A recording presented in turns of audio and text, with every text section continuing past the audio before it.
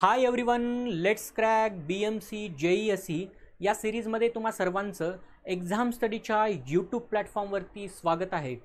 आजचं जे लेक्चर असणार आहे ते लेक्चर ॲक्च्युली टेक्निकलचं लेक्चर आपण घेणार आहोत.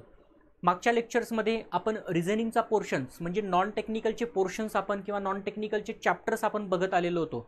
पण आज आपण टेक्निकलमध्ये ट्रस आणि फ्रेम्स हा जो चॅप्टर आहे हा चॅप्टर बघणार आहोत. ॲक्च्युली सिव्हिलचा हा चॅप्टर आहे, पण BMCने मेकॅनिकलमध्ये पण तो इन्क्लूड केलेला आहे.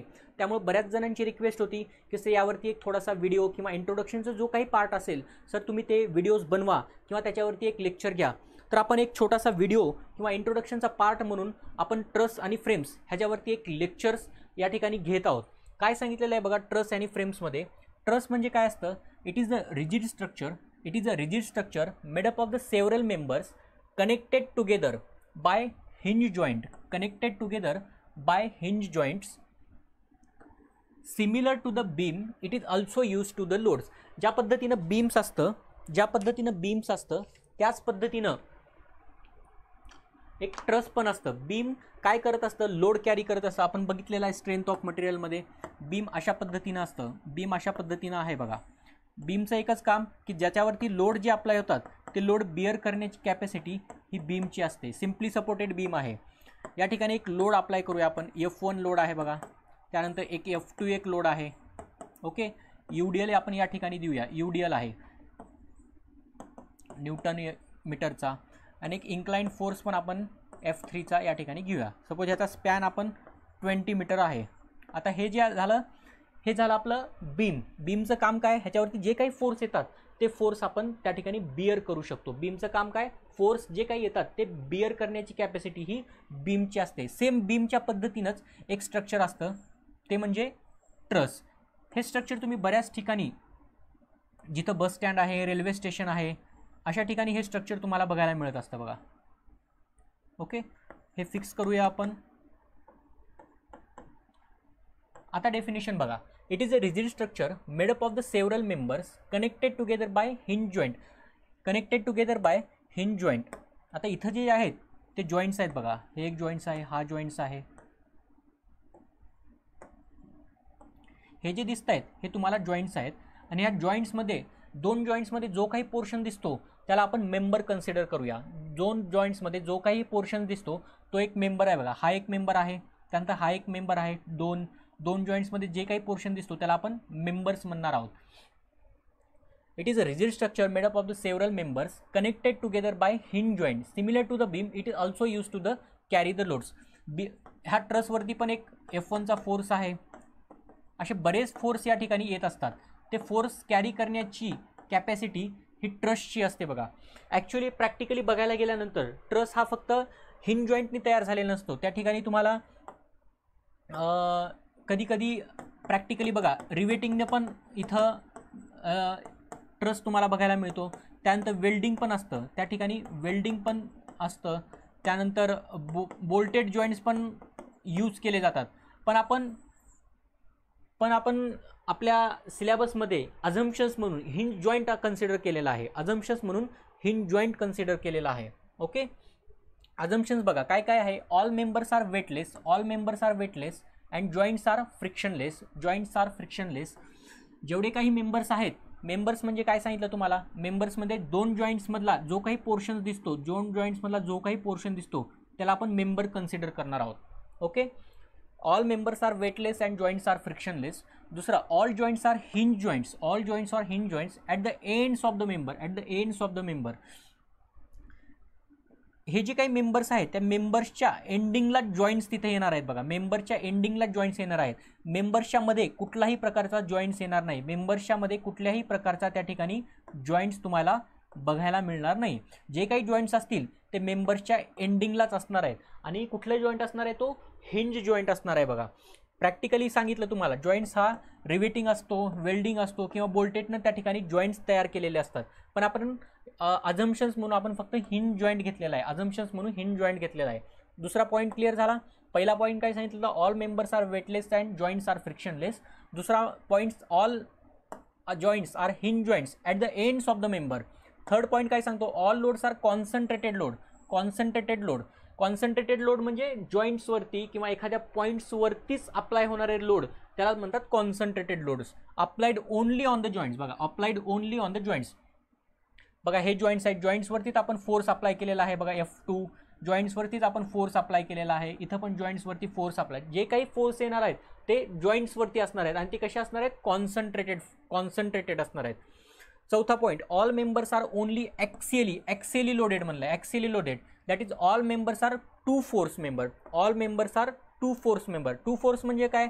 सपोज एक मेंबर आहे, हे मेंबरवरती एक जॉईंट्स आहेत. बघा, एक टेन्साईल फोर्स असणार आहे F1, ओके, किंवा एक कॉम्प्रेसिव्ह फोर्स असणार आहे.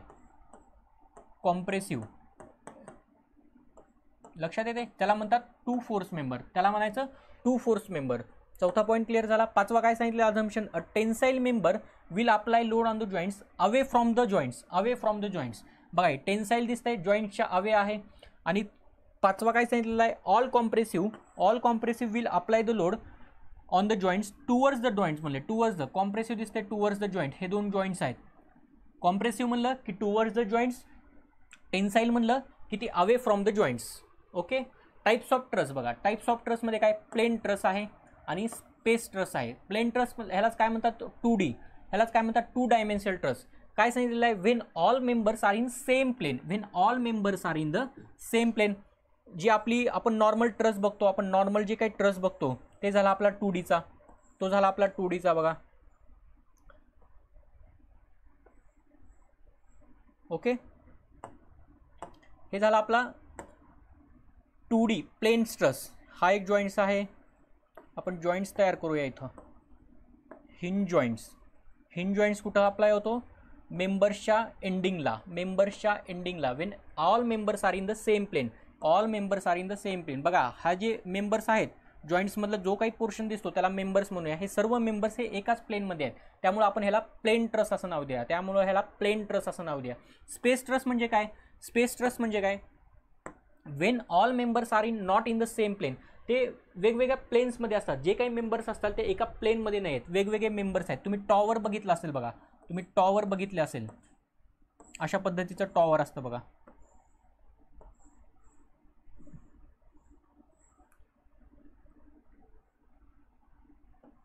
हे त्याचे जॉईंट्स असतात असे वेगवेगळे. ओके, हे मेंबर्स झाले. बघा, हे जॉईंट्स त्याचे. हे झालं 3D मध्ये. त्याला आपण काय म्हणणार आहोत? स्पेस ट्रस ॲक्च्युली आपल्याला सिलेबसमध्ये नाही आहे. सिलेबसमध्ये फक्त आपल्याला प्लेन ट्रस 2Dचा आपण फक्त अभ्यास करणार आहोत. ह्या ट्रसचा आपण फक्त अभ्यास करणार आहोत. ओके. त्यानंतर बघा, तिसरा परफेक्ट ट्रस म्हणजे काय? Stable truss. त्यालाच आपण स्टेबल ट्रस म्हणूया. काय सांगितलं? If a truss can support the load without collapsing or relative motion between the members. जे काही मेंबर्स असतील त्या मेंबर्समध्ये कुठलेही कोलॅप्स होत नाहीत मेंबर्स, किंवा त्याच्यामध्ये कुठलंही रिलेटिव्ह मोशन्स नसणार आहे, त्याला म्हणायचं आपण परफेक्ट ट्रस. परफेक्ट ट्रसची कंडिशन काय? M is equal to 2J - 3. M is equal to, M म्हणजे काय? M म्हणजे असतं मेंबर, आणि J म्हणजे काय? जॉईंट्स. डेफिशियंट ट्रस म्हणजे काय? Unstable truss. हा जो ट्रस आहे तो अनस्टेबल असतो, कधी पण कोलॅप्स होऊ शकतो. बघा, it can be collapse down. Condition काय त्याची? If M is less than 2J - 3. Member is less than 2 × joints -3. त्यानंतर काय? रिडंडंट ट्रस म्हणजे काय? स्टॅटिकली इनडिटर्मिनंट ट्रस आहे. ह्यालाच म्हणतात ओव्हर रिजिड स्ट्रक्चर. त्याची कंडिशन काय? If M is greater than 2J - 3. एक्झाममध्ये कसे प्रॉब्लेम्स येतात? एक फिगर दिलेली असते. सपोज अशा टाईपची एक फिगर आहे. हा जो आहे ट्रस तो स्टेबल आहे, अनस्टेबल आहे, ह्या पद्धतीने आपल्याला ओळखायचं असतं. हे जॉईंट्स आहेत बघा 3. हा एक फोर्स आहे F1. ओके, इथे एक फोर्स घेऊया आपण F2. तर हे बघा कसं आहे, इथं फिक्स करूया आपण सिम्पली ना. ओके, बघा ह्याच्यामध्ये मेंबर्स किती आहेत? बघा, मेंबर्स म्हणजे काय सांगितलं होतं? जॉईंट्समधला जो काही पोर्शन, 2 जॉईंट्समधला जो काही पोर्शन्स आपल्याला या ठिकाणी दिसतोय त्याला म्हणायचं मेंबर्स. जॉईंट्समधला जो काही पोर्शन दिसतो त्याला म्हणायचं मेंबर. 1 2 3 3 मेंबर्स आहेत. जॉईंट्स किती आहेत? बघा, जॉईंट्स 1 2 3 जॉईंट्स आहेत. 3 जॉईंट्स आहेत. फॉर्म्युला काय होता? M is equal to 2J - 3. 3 is equal to 2 into 3 minus 3, 3 is equal to 6 minus 3, 3 is equal to 3 आलेलं आहे बघा. Condition M is equal to 2j minus 3 आलेला आहे. M is equal to 2j minus 3. हे झालं माझा परफेक्ट ट्रस. हे झाला माझा कुठला परफेक्ट ट्रस. परफेक्ट ट्रसची एक्झाम्पल आहे. ओके. त्यानंतर दुसरा सपोज आपण अशी एक फिगर घेऊया.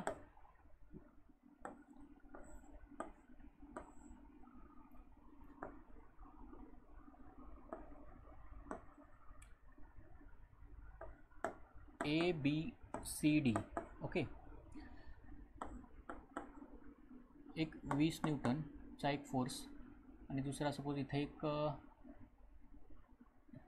घेऊया 40 न्यूटन. ओके.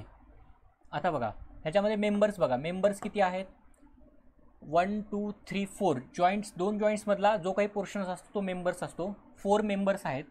4 मेंबर्स. जॉईंट्स किती आहेत? जॉईंट्स 4 जॉईंट्स आहेत बघा.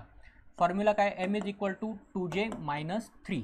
एम किती आहे? 4 is equal to 2 4 minus 3, 4 is equal to 8 minus 3, 4 is equal to 5 आलेला आहे. 4 इज इक्वल टू 5. ह्याचा अर्थ काय? 4 इज लेस दॅन 5 म्हणजे एम इज लेस दॅन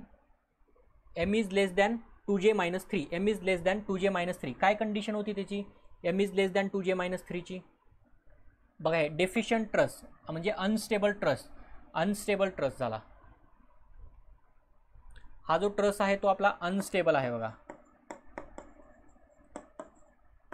एक्झाममध्ये तुम्हाला अशा प्रकारची डायग्राम येते. तुम्हाला त्या ठिकाणी फाइंड आउट करायचं हा स्टेबल आहे किंवा अनस्टेबल आहे. ओके. अजून एक एक्झाम्पल घेऊया समजण्यासाठी.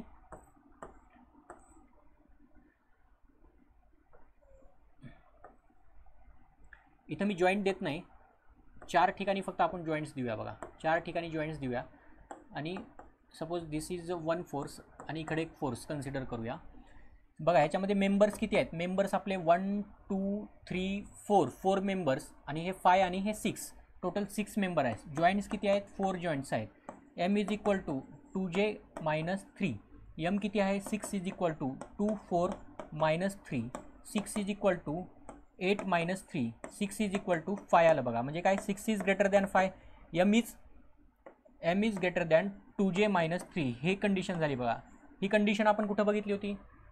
ही कंडिशन आपण रिडंडंट ट्रसमध्ये बघितलं होतं. Redundant truss statically indeterminate. हे जे झालं ते आपलं स्टॅटिकली इनडिटर्मिनंट. ओके. अशा पद्धतीनं तुम्हाला एक्झाम्समध्ये विचारलं जातं. ट्रसमध्ये फक्त ट्रसची डेफिनेशन्स त्याचे अझम्पशन्सवर क्वेश्चन्स येण्याचे चान्सेस असतात आणि हे जे काही फॉर्म्युलेज आपण घेतलेले आहेत स्टॅटिकली डिटर्मिनंट किंवा स्टेबल अनस्टेबलचे ह्या गोष्टी तुम्हाला फक्त बघायच्या आहेत ट्रसमध्ये. चला थांबूया आपण. Thank you so much.